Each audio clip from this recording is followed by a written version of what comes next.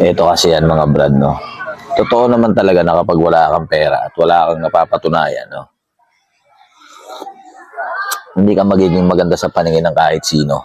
Kamag-anak mo, kaibigan mo, o tinuturing mo man na tropa, malabong mangyari yon. Pero pansinin mo, yung mga pangit na tao, masasama ugali, pero maraming pera at maraming pag-aari, mabait sa paningin ng iba at pogi sa paningin ng iba. Halimbawa, babaeng pangit, hipokrita, sama ugali, di ba? Pero maraming pera. Ang daming friends niya na girl. Ganon din sa lalaki, mga brad, no? Kung ikaw, masama ugali mo, no? Plastic ka, no? Marami ka naman pera. Pito kotse mo, no? Mabuti kang tao sa paningin ng iba. Kaya nga dapat magsumikap ka, brother, no? Kung gusto mo makakuha ng respeto, magpayaman ka. No, kahit wag ka na magpapogi kasi pag mayaman ka na, marami kang pera, pogi ka na rin naman eh. Kahit pangit ka. Basta marami kang pera. Pera-pera kasi minsan ang labanan eh.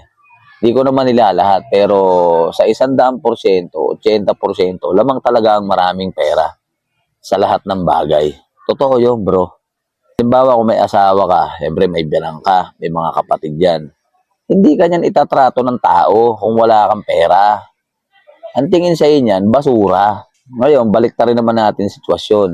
Hindi ka gusto ng biyanan mo, pero marami kang pera. Gugustuhin ka niyan. Kahit hindi ka gusto ng mga kapatid ng asawa mo, marami ka ng pera. Gugustuhin ka niyan. Kahit nga punong-puno ka ng bisyo sa buhay, 'di ba? Gugustuhin ka niyan kasi marami kang pera. Marami silang napapakinabangan sa iyo. Ganun din, Brad, pagdating sa kaibigan. Bakit nga naman kita kakaibiganin kung wala naman akong mapapala sa iyo, 'di ba? Wala kang pera, wala kang motor, wala kang kotse, wala akong mahihiram sa'yo, wala akong mahihita sa'yo. Bakit nga naman kita kakaibiganin? Di dito na lang ako sa masamang ugali, marami namang pera. Di ba? Real talk yon, Brad. Yung iba kasi ayaw aminin na ganun sila eh. Pero sa totoo lang, ganun naman talaga eh. Di ba? Kung meron ka man tunay na kaibigan, yun yung mga sasama sa'yo na kahit wala ka, kahit ano lang ang meron ka, happy kayo.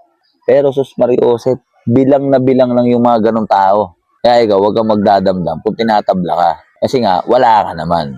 Kung gusto mo, magpayamang ka. Paramihin mo pera mo. O, di lagi kang tama, lagi ka pang pogi.